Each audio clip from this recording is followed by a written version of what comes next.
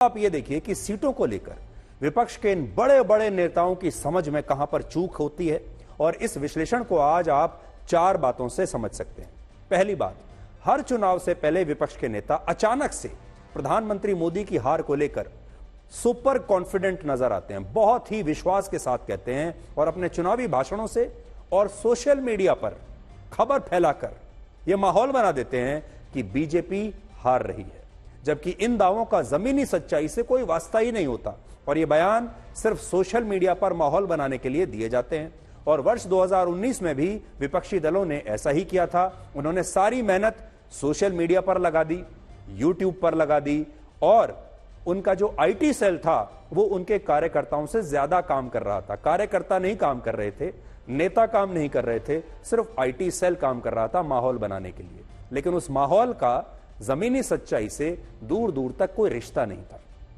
दूसरा, विपक्षी दल चुनावों से पहले तो जमीन पर उतरकर कोई मेहनत करते नहीं, लेकिन चुनाव में वो अपना सारा जोर सोशल मीडिया और अपने आईटी सेल पर लगा देते हैं। और जब इस गलत रणनीति की वजह से चुनाव में उनकी हार होती है तो बाद में वो इसके लिए ईवीएम को दोषी ठहराते हैं और कहते हैं कि बीजेपी तो हार ही रही थी, लेकिन ईवीएम में गड़बड़ी से नतीजे बदल गए। तो ये सारे जो नेता हैं जब ये चुनाव हार जाते हैं, तो पिछली बार भी, इस बार भी आप देखिएगा ये सारे नेता यही कहने वाले हैं अगर ये हारे कि ये तो ईवीएम में सेटिंग हो गई, वरना मोदी तो हारने ही वाले थे।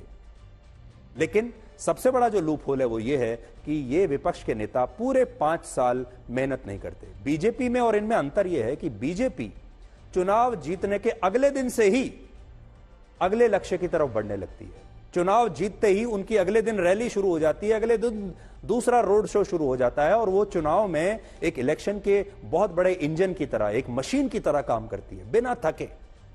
वो आराम करने के लिए जाते नहीं कहीं। और यही वजह है कि बीजेपी के नेता और प्रधानमंत्री मोदी 5 साल तक लगातार मेहनत करते हैं, चाहे चुनाव हो या ना हो। और ये सारे जो नेता हैं ये 5 साल मेहनत नहीं करते और चुनावों से कुछ महीने पहले ये बाहर निकलते हैं और फिर माहौल बनाते हैं। तीसरा, विपक्ष जब बीजेपी की हार का माहौल बनाने में लगा है, तब प्रधानमंत्री मोदी ने अपनी मेहनत को पहले से कई गुना बढ़ा दिया है और अब वो ज्यादा से ज्यादा रैलियां कर रहे हैं। हर रोज 2 से ज्यादा, औसतन कम से कम 2 टीवी इंटरव्यूज दे रहे हैं, रोड शोज कर रहे हैं। और बड़ी बात यह है कि प्रधानमंत्री मोदी और बीजेपी के पास अपने नेताओं, कार्यकर्ताओं और वोटर्स के लिए एक टारगेट है, यानी उन्होंने एक लक्ष्य अपना तय करके रखा है कि हमें इतनी सीटें जीतनी है। अब आज हम एक सवाल पूछना चाहते हैं, प्रधानमंत्री मोदी हर रोज रैलियां तो कर ही रहे हैं, रोड शो कर ही रहे हैं, लेकिन हर रोज इंटरव्यूज भी दे रहे हैं। उत्तर से लेकर दक्षिण तक, पूर्व से लेकर पश्चिम तक कोई ऐसा अखबार नहीं, कोई ऐसा टीवी चैनल नहीं जिस पर उन्होंने अपना इंटरव्यू ना दिया हो, लगातार। लेकिन आज हम ये पूछना चाहते हैं, राहुल गांधी को कौन रोक रहा है इंटरव्यू देने के लिए? चाहे तो राहुल गांधी भी दिन रात इंटरव्यू दे सकते हैं और मीडिया में छाए रह सकते हैं, जैसे प्रधानमंत्री मोदी आजकल छाए हुए हैं। आप टीवी खोलिए, सारे दिन वही नजर आते हैं। इसलिए नजर आते हैं क्योंकि वो हैं, क्योंकि वो मेहनत कर रहे हैं, क्योंकि वो इंटरव्यूज दे रहे हैं, पत्रकारों से बात कर रहे हैं, रैलियां कर रहे हैं, रोड शो कर रहे हैं। उनका जो एक्सपोजर लेवल है वो बहुत ज्यादा है। तो आज हम विपक्ष के नेताओं को ये कहना चाहेंगे, अब तो थोड़े से दिन ही बचे हैं, लेकिन वो भी प्रधानमंत्री मोदी से सीखें, ज्यादा से ज्यादा इंटरव्यूज दें, मीडिया से बात करें, पत्रकारों को अपने साथ ले जाएं, रोड शोज करें, यानी मेहनत करें और मेहनत करते हुए दिखाई दें। क्योंकि अकेले सोशल मीडिया से और मीडिया के जरिए वो चुनाव नहीं जीत पाएंगे, खुद भी मेहनत करनी पड़ेगी।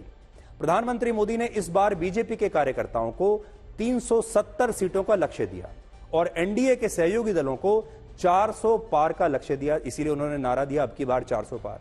और इस लक्ष्य के लिए बीजेपी के कार्यकर्ता जमीन पर काम कर रहे हैं और उनके पास पार्टी की जीत के लिए एक निर्धारित लक्ष्य है। लेकिन जब आप कांग्रेस और विपक्षी दलों को देखें तो विपक्ष के पास इन चुनावों में अपने कार्यकर्ताओं को देने के लिए कोई लक्ष्य था ही नहीं और अब भी नहीं है। अब आप खुद सोचिए कि कांग्रेस पार्टी ने अपने कार्यकर्ताओं और नेताओं को क्या लक्ष्य दिया है? क्या कांग्रेस ने कुछ लक्ष्य दिया है कि पिछली बार हमने 52 सीटें जीती थी तो इस बार हमें 100 जीतनी है, 150 जीतनी है? क्या आप जानते हैं कि कांग्रेस पार्टी का लक्ष्य कितनी सीट जीतने का है? क्या आप जानते हैं कि इंडिया गठबंधन का पूरा लक्ष्य कितनी सीट जीतने का है? एनडीए का तो हमें पता है, वो कहते हैं 400 पार करेंगे। एक लक्ष्य है, करेंगे या नहीं करेंगे हम नहीं जानते, लेकिन इंडिया गठबंधन का क्या लक्ष्य है? क्या उन्होंने अपना कोई लक्ष्य रखा है कि 200 पार करेंगे, 250 करेंगे, 270 पार करेंगे, 300 पार करेंगे? कोई लक्ष्य ही नहीं है, कोई टारगेट ही नहीं है। तो कार्यकर्ता किस लक्ष्य को हासिल करने के लिए काम करे? जब छोटी से छोटी कंपनी भी आज एक लक्ष्य लेकर चलती है, छोटे से छोटा दुकानदार भी अपना एक लक्ष्य लेकर चलता है कि मुझे अपना व्यापार इतना करना है, अपना मुनाफा इतना करना है। आप भी अपने जीवन में कोई ना कोई लक्ष्य लेकर जरूर चलते होंगे कि इस साल के अंत तक मुझे यह काम करना है। तब कांग्रेस और विपक्ष के बाकी दल बिना किसी लक्ष्य के, बिना किसी आंकड़े के इन चुनावों में लड़ रहे हैं।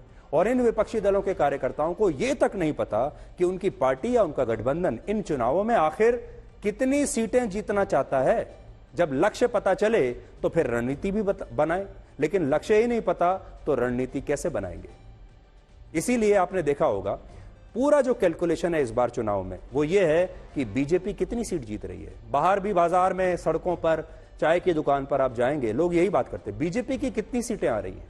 लेकिन कोई ये नहीं पूछ रहा कांग्रेस की कितनी सीटें आ रही हैं, इंडिया गठबंधन की कितनी सीटें आ रही हैं। अब देखिए, बीजेपी अपने लक्ष्य को लेकर पूरी तरह स्पष्ट है और आज गृह मंत्री अमित शाह ने कहा है कि 4 चरणों के मतदान में ही बीजेपी 379 में से 270 सीटें जीत चुकी है और उसे बहुमत मिल चुका है। और एनडीए अब आने वाले 3 चरणों में 400 पार की तरफ बढ़ रहा है। 380 सीटों का चुनाव पूरा हो गया है। बंगाल में 18 सीटों का चुनाव पूरा हो गया है। आज मैं बताकर जाता हूं, ये 380 सीट में मोदी जी 270 सीट लेकर पूर्ण बहुमत प्राप्त कर चुके हैं और आगे की लड़ाई 400 पार करने की है। अमित शाह के मुताबिक अगर 4 चरणों की 379 सीटों में से बीजेपी 270 सीट जीत चुकी है तो उसे 370 के लक्ष्य पर पहुंचने के लिए आने वाले चरणों में 100 और सीटें जीतनी होंगी। यानी उनके लक्ष्य में अब 100 सीटों का फर्क रह गया है।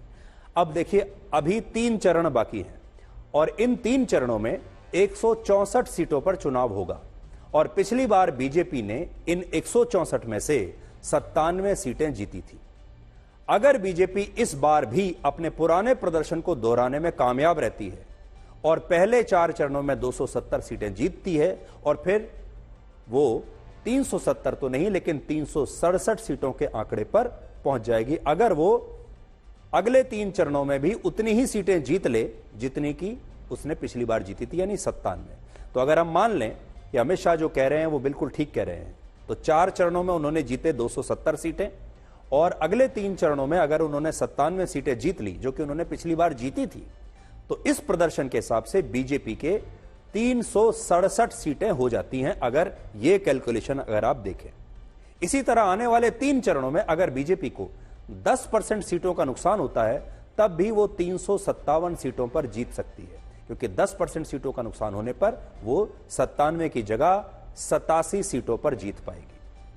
अगर हम बुरी से बुरी स्थिति में भी यह मान लें कि बीजेपी को आने वाले 3 चरणों में 50% सीटों का नुकसान हो जाए और उनकी आधी सीटें कम हो जाएं, तब भी बीजेपी बाकी के 164 में से 49 सीटें जीत पाएगी और 49 सीटें जीतकर वो 319 के आंकड़े पर पहुंच सकती है, जो पिछली बार से 303 के आंकड़े से ज्यादा है। तो यानी इस कैलकुलेशन में भी बीजेपी 319 पर पहुंच रही है और यही बात आज प्रधानमंत्री मोदी ने भी कही है। उन्होंने कहा कि अब के चुनाव में विपक्ष बहुत पीछे छूट गया है और उसकी हार निश्चित है। कांग्रेस के आगे घुटने टेकने वाली नकली शिवसेना को सजा देने का मन पूरे महाराष्ट्र ने बना लिया है और 4 चरण के जो चुनाव हुए हैं, इन चारों चरण में इनको चारों तरफ से चित्त कर दिया है जनता ने। हमारे नेताओं के बयानों पर आपको कितना भरोसा करना चाहिए उसका एक और उदाहरण हम आपको दिखाना चाहते हैं। अब आप ये देखिए कि वर्ष 2022 में जब गुजरात में विधानसभा चुनाव हो रहे थे, तब अरविंद केजरीवाल ने एक प्रेस कॉन्फ्रेंस में एक सादे कागज पर अपने हस्ताक्षर के साथ ये लिखकर दिया कि गुजरात में बीजेपी हार रही है और आम आदमी पार्टी की सरकार बन रही है। पहले आप उनका ये बयान सुन लीजिए और फिर देखिए। कई लोग कहते हैं कि राजनीति के अंदर मेरी भविष्यवाणी सही निकलती है। 2014 में जब दिल्ली में चुनाव हुआ था तो मैंने एक पत्रकार को लिख के दिया था कि कांग्रेस की इस बार 0 सीट आएंगी। किसी ने यकीन नहीं किया, लेकिन उस चुनाव में कांग्रेस की 0 सीट आई थी। पंजाब के चुनाव में मैंने कई सारी भविष्यवाणियां की थी। मैंने कहा था नवजोत सिंह सिद्धू हारेंगे, चन्नी साहब दोनों सीटों से हारेंगे, बादल साहब का पूरा परिवार हारेगा। तो आज मैं आप सबके सामने लिख के भविष्यवाणी करने जा रहा हूं।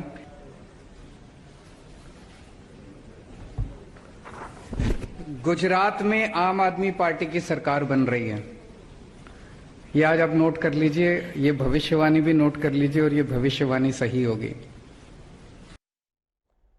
तो केजरीवाल जी लिख कर दे रहे थे कि गुजरात में आम आदमी पार्टी की सरकार बनेगी और बीजेपी हार जाएगी, लेकिन बीजेपी को 182 में से 156 सीटें मिली, जबकि आम आदमी पार्टी सिर्फ 5 सीटों पर चुनाव जीती और बाकी की ज्यादातर सीटों पर उसके उम्मीदवारों की जमानत जब्त हो गई। और ये आप देख लीजिए, केजरीवाल जी ने अपने हाथ से लिख कर दिया था।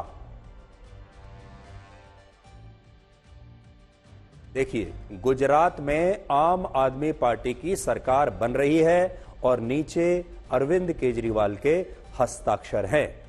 तो जब भी आप अरविंद केजरीवाल का कोई ऐसा राजनीतिक बयान सुने या उनकी भविष्यवाणी सुने आगे से, तो इस स्क्रीन पर जो मैं आपको दिखा रहा हूं, इसकी एक फोटो खींच लीजिए। अभी आप चाहें तो आप इसकी फोटो खींच सकते हैं, और जब भी केजरीवाल जी बताएं कि उनकी अगली सरकार बनने वाली है, तो इस चिट को आप याद कर लीजिएगा, इसको एक बार फिर से पढ़ लीजिएगा।